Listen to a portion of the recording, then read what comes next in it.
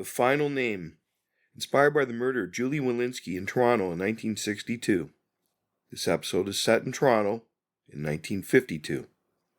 Welcome back to Ontario Cold Cases, Canada's true crime podcast. I'm Jay Nickel of Nickel Investigations, and you're listening to another Whodunit Wednesday in a Mick Mack mystery, where we step into the world of classic detective fiction. Go back to the golden era of detective fiction and enjoy stories in the tradition of the greats of writing.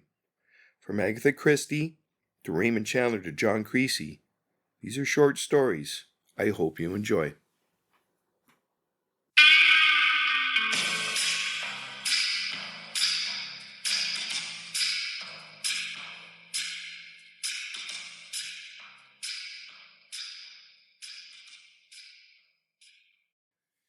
Act 1. Echoes and Imposters. Chapter 1. A Girl Goes Missing. The call came in just after supper. Not a scream, not a panic. Just a quiet mother's voice in the other end of the line, brittle and tight, like something stretched too far. My daughter didn't come home. 16-year-old Julie Wozniak had left her family's modest flat near St. Clair in Oakwood just after 4 o'clock that afternoon. She was a bright girl, sharp as a tack, aiming for university. The sort who never missed a test, never flubbed an appointment. The sort who, her mother insisted, knew exactly where she was supposed to be. She said she had to go to an exam, Mrs. Wozniak told Mick, her hands twisting the hem of a dish towel. Some kind of make-up test, said a man from the Board of Education called. Said she was exempt, but he insisted she still had to show up or her year might be delayed. Mick scribbled notes slowly. Did she say where she was going? She said Eglinton Station. She was meeting the doctor there and they were going to another school. Her voice caught. She didn't want to go, but she said she had to go to clear it up. It was Mack who asked the next question. Did she know this doctor's name? Mrs. Wozniak hesitated. She said he gave it, but she didn't write it down, just that he sounded official. Gentle. Kind. Too kind, Mick muttered. Julie never arrived at any school, and she didn't come home. The hours ticked by. By nightfall, the phone had stopped ringing, and the city had swallowed her whole. Eve Whitmore was waiting for them the next morning at Division Street Station, a manila folder tucked beneath her arm, and her eyes sharp with something more than concern. I heard about the Wozniak girl, she said without preamble, and I think you need to see this. She laid out a sheet of paper, typed, clean, neatly folded. It listed incidents, more than 24, involving a man posing as a doctor affiliated with the Toronto Board of Education. The earliest was from March. The most recent? Last week. All girls, Eve said, ages 11 to 17. Calls placed to their homes, posing as a school official, in some cases, asking questions about hygiene, sleep habits, pajamas. One even claimed he needed to do physical examinations. Mick stiffened. Who compiled this? A friend of military intelligence. A file crossed his desk as part of an unrelated domestic monitoring brief. They flagged the pattern. He flagged me. Mack looked over the sheet. Some of these girls agreed to meet him? We think so. A few appointments were set. Most parents intervened, but not all. She slid them a second sheet. One name was circled. Julie Wozniak, she said softly. This one isn't just another attempt. This one's gone. The silence in the room turned dense. Mick looked up. We need to find out who this doctor really is. Eve nodded, and fast, because I don't think Julie Wozniak is his first.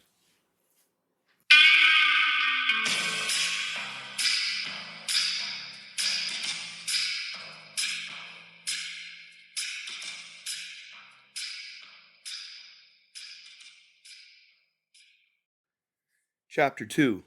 The Doctor Who Wasn't. The corridors of the Board of Education building were quiet. Too quiet for a place supposedly crawling with records clerks and school officials. Mick Mack stood in front of a locked office door marked Student Services, Records. Mack jiggled the handle without much hope. Looks like the doctor's out, he muttered. Let's find out if he was ever in, Mick said, pulling a list from his coat pocket. The address on the note Julie's mother had handed over was for a Dr. Leon Havel of the Academic Wellness Division, a title that didn't appear on any official roster. They spent the rest of the morning chasing phantoms. No such doctor, no such division, and no record of any scheduled health examinations at Julie's school or any other. Back at the precinct, Eve Whitmore leaned against the edge of Mick's desk, arms crossed over her trench coat.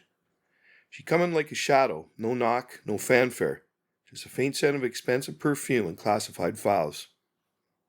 I thought you might hit that wall, she said. That's why I brought this. She handed over a crisp manila envelope, sealed with red tape. Inside, copies of incident reports, all marked confidential, some barely legible carbon copies from scour divisions across Toronto. Mick flipped through them, eyes narrowing. You've got to be kidding me. Eve nodded. 87 reports in total, all logged between March of last year and 3 weeks ago. All the same MO, a man calling girls between 11 and 16, claiming to be a doctor sent by their school.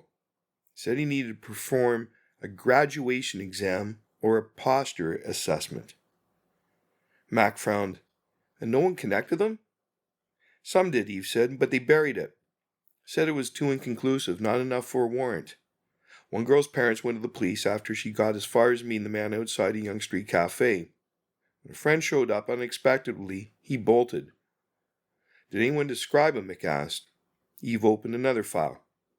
Male, between 25 and 35, tall, slight limp, acne scars, well-spoken, but with a faint stammer when caught off guard. The descriptions vary slightly. Different hats, different jackets. The core features match.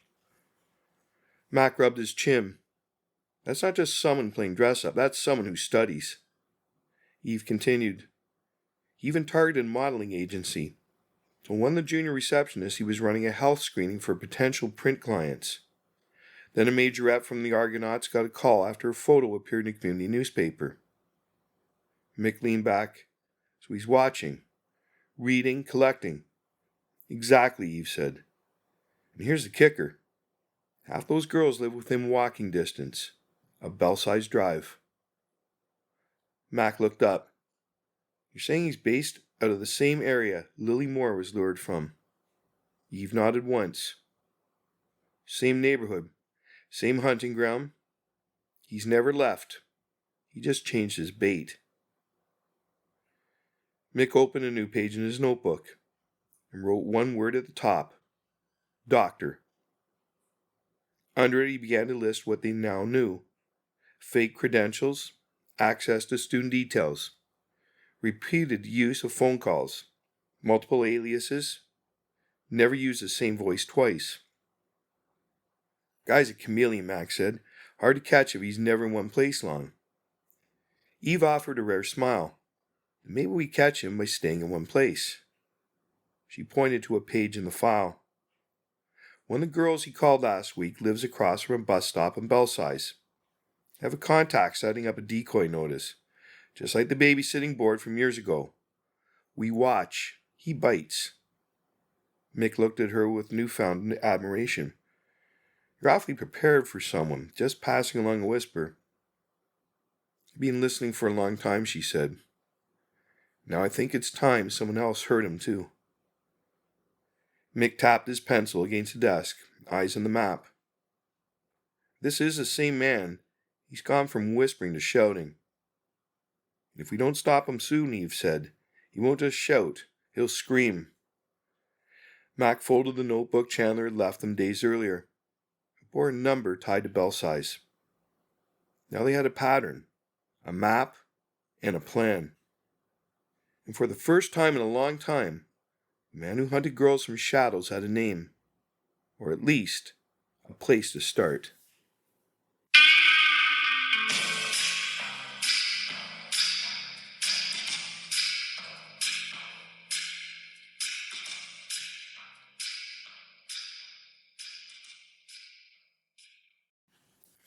Chapter 3.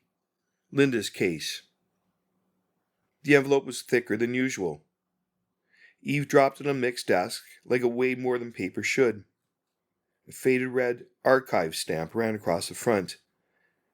The folder itself was brittle, the corners yellow with time, but the label was unmistakable. Langford, Linda, 1946. Homicide. Mick opened it slowly, thumbing past the initial reports.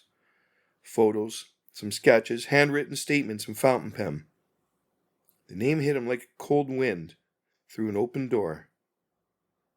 Linda Langford, he read aloud, 14, strangled, Commissioner Street. Mac looked up from his coffee. Didn't we look at this one last year? Said it didn't fit? Because we were looking for scarf cases without sexual assault, Mick replied. This one was different, or so we thought. Eve leaned forward. You were building a pattern. Scarves, yes, but more importantly, control, ritual, placement. But what if this was the outlier that proves the point? She flipped to the coroner's report.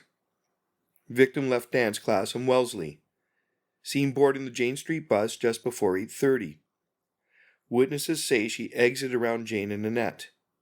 Last known sighting, 8:45 p.m.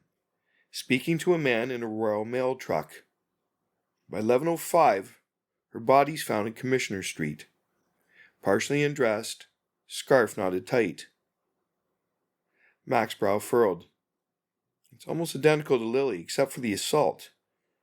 Eve nodded. That's why he didn't make the link, but I think he should look again. She laid out a map, placing a red dot where Linda's body had been discovered, just west of Salter Street. Then she pointed to another mark just north of the Rouge River. Emily Travers, she said, dumped in 1944, barely 2 years earlier. It's 4 kilometers apart. Different method of transport, maybe. But same kind of place, isolated, overlooked, transitional. Mick rubbed his temples, staring at the photos. He escalated. Or, Eve said, he tried something, regretted the loss of control, and refined his approach.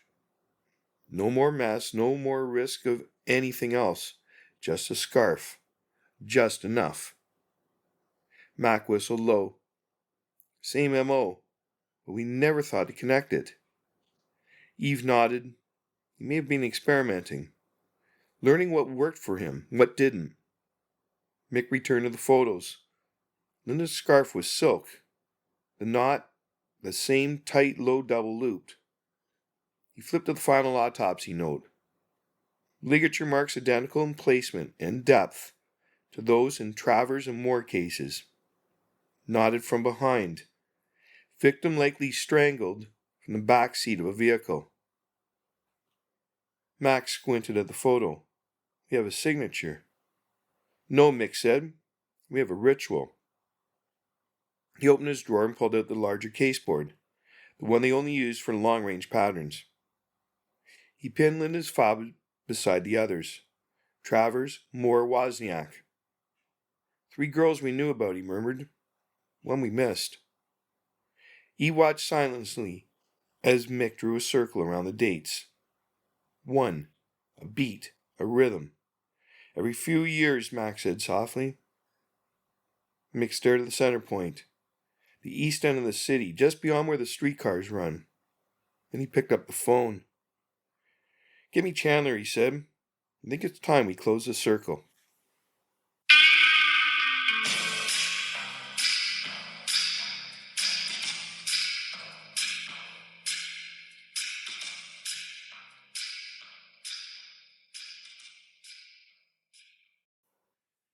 Chapter 4.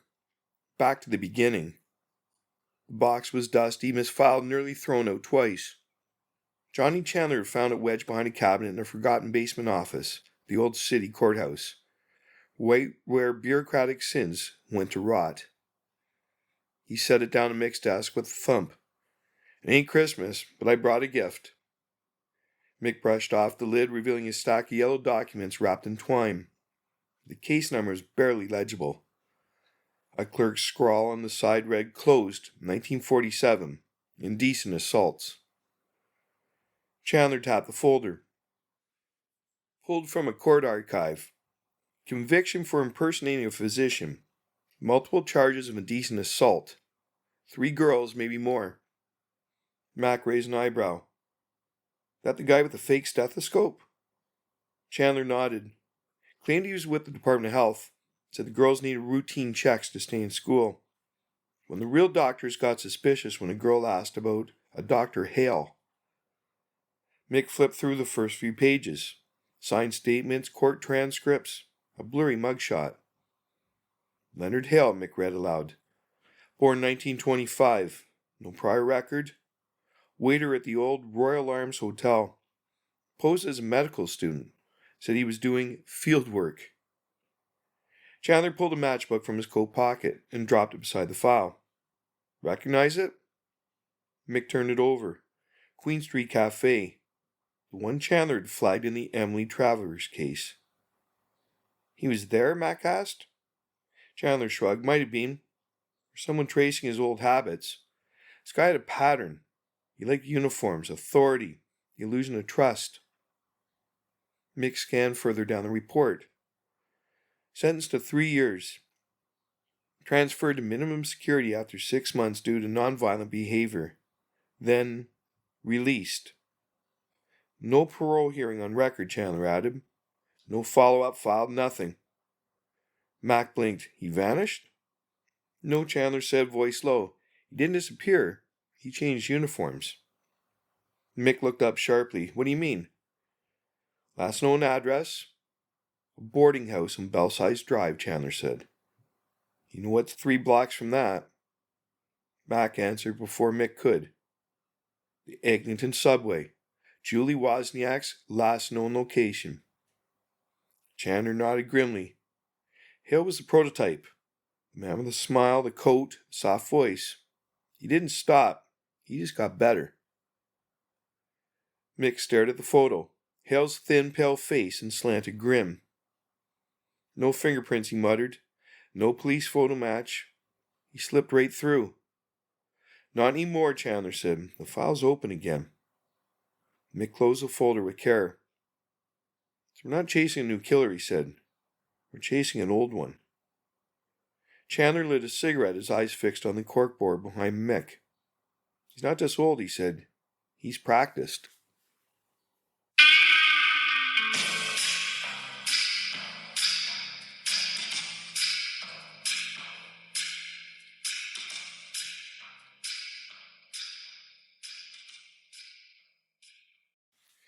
Chapter 5. The Wire. Traps and Ghosts. The plan was Eve's. Elegant, surgical, and terrifying in its precision. Predators don't improvise, she told them. They rehearse. A young policewoman, Constable Sarah Elgin, barely 20, was selected for the role. Smart, composed, and the sort of quiet poise that made her blend in. She was given a borrowed school uniform, horn-rimmed glasses, and a tightly braided ponytail. She looked 16, maybe less. The call came from a borrowed line inside a Queen Street diner, a place Hale was known to frequent. A thin voice, pretending to be the receptionist of the Board of Education's Medical Liaison Office, told Hale a final candidate had been found. A bright girl, top of her class, might be exempt from exams, but could use a wellness check before summer break. He didn't ask for a name, just where and when. He'll want somewhere public, Eve told Mick. But quiet, familiar, somewhere he's done this before. He picked the cafe on Harvard Street. Corner booth, 3 p.m. Exactly the kind of place where the world looked away. Mick Mack parked 2 blocks out and walked. Chandler was posted across the street reading the telegram and sipping black coffee like a ghost staking out the living. Eve sat in the back of the cafe in a nurse's uniform, close enough to intervene if needed, but far enough to remain invisible. At 3:02, Hale walked in. Slim, upright, crisp wool overcoat, thin leather gloves, face older now, lined but not unkind.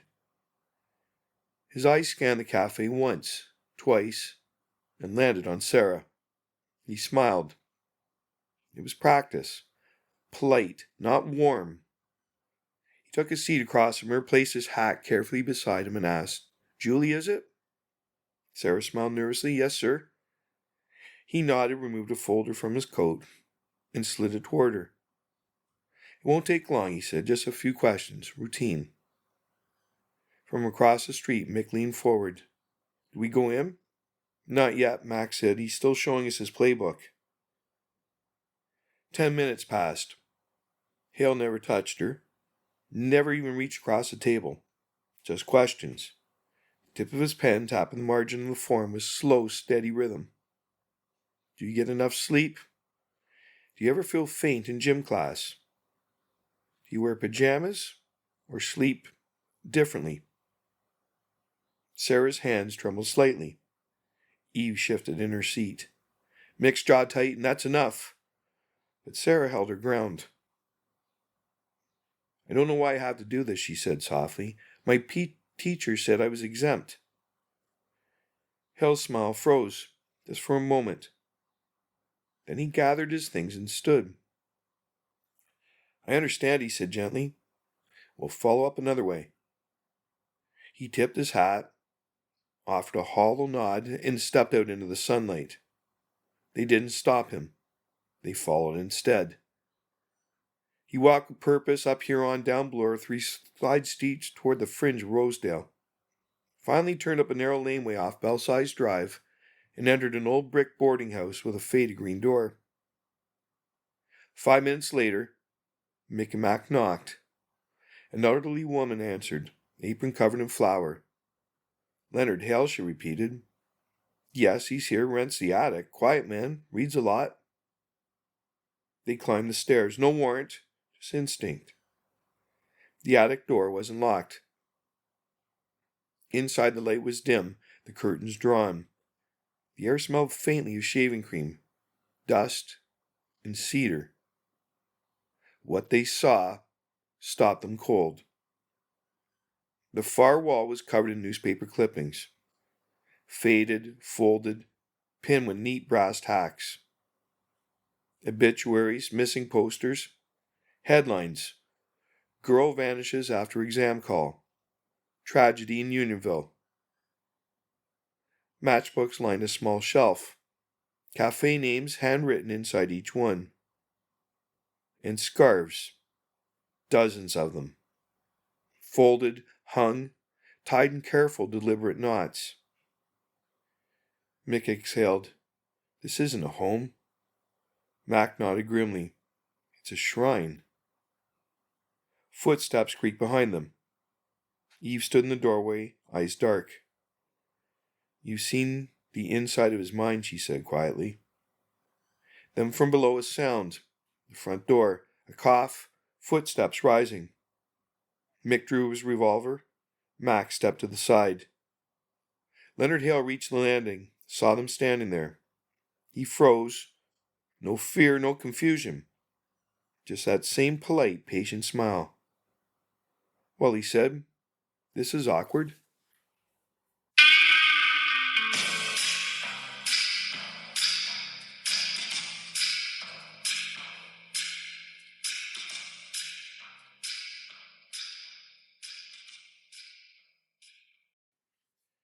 Chapter 6. One Name Too Many. They catalogued the room like archaeologists excavating a tomb. Every inch told a story. Every drawer held a secret. The left side of the desk was filled with matchbooks, each dated in pencil and filed in rows. The right side, photographs carefully trimmed a background. Most were of girls, some smiling, some school portraits. One, unmistakably, was Julie Wozniak. It had a crease down the middle, as though he folded it in half and unfolded again, many times. In the narrow wardrobe behind a folded robe, he found a box.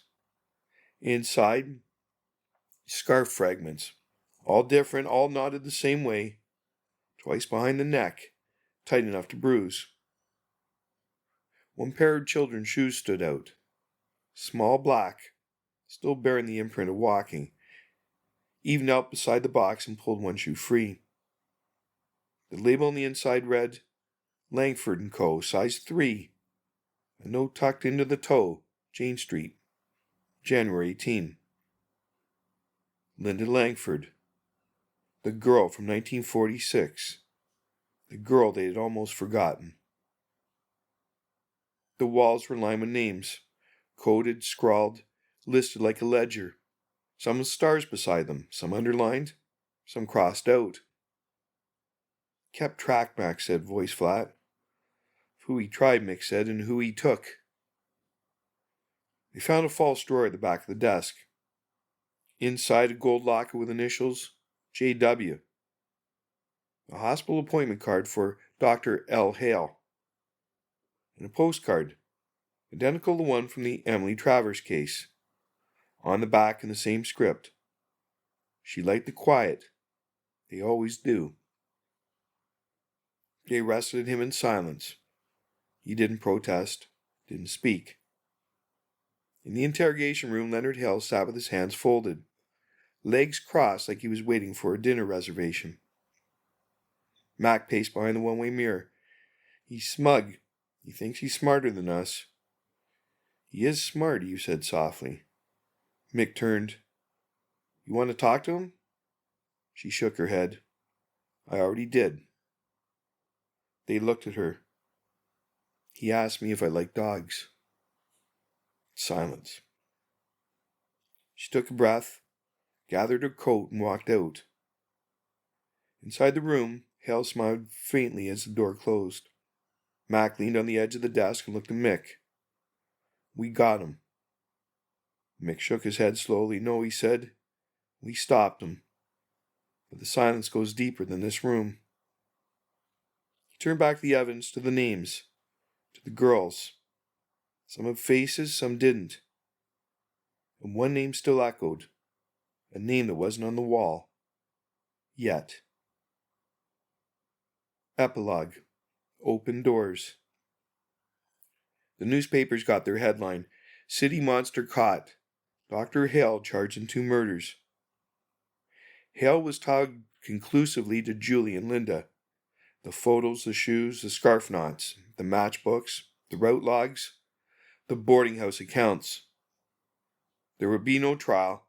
He confessed nothing. He answered no questions. He sat in his cell and waited. Calm, polite, silent. For Lily Moore, there was strong circumstantial overlap. Same style of approach, same manipulation, same zone of activity. No fingerprints, no weapon, no confession. Enough for suspicion, not enough for closure. As for Emily Travers, Mick stared again at the postcard, at the scarf, at the photo from Unionville yellowed with age. There was no proof, just that ache, that whisper, that silence. Late one night after Mac had gone and the squad room fell quiet, Mick returned to his desk. A neat folder sat waiting, slim, unlabeled except for one line written in Eve's elegant script. 1947.